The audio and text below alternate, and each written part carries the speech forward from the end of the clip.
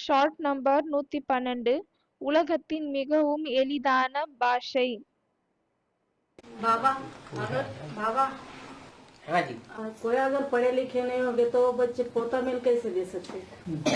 அவங்க கேக்குறாங்க, பாபா ஏதாவது ஒரு குழந்தைகள் படிக்காதவங்க இருந்தா பிறகு அவர்களால் எப்படி போத்தாமேல் தர முடியும்? पढ़े लिखे नहीं तो हिंदी पढ़ना और लिखना कोई बड़ी मुश्किल की बात है क्या?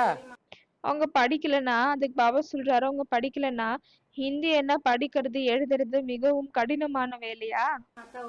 बड़ी माता हो छोटी माता हो, जब विदेश से जो निकली हुई அவங்க சொல்றாங்க, ரொம்ப ஒரு வயசான அம்மாவா இருக்கிறாங்க.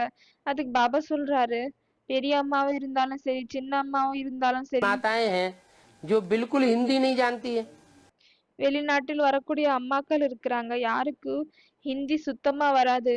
वो बिल्कुल दूसरी भाषा जानती ही नहीं है। அவர்கள் மத்த எந்த ஒரு பாஷையும் அவங்களுக்கு தெரியாது.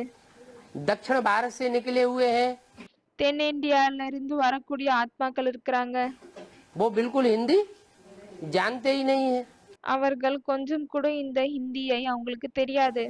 और वो एक साल के अंदर बोलना सीख लेते हैं। பிறகு அவர்கள் ஒரு வருஷத்துக்குள்ளேயே இந்த மொழியை பேச ஆரம்பிச்சிடுறாங்க, கத்துக்கிறாங்க.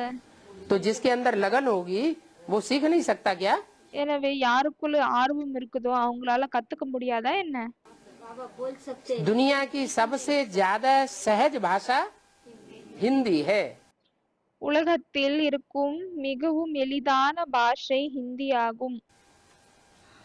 क्योंकि भगवान की भाषा है। ஏனென்றால் அது கடவுளின் பாஷையாகும். दुनिया का सबसे जास्ती सहज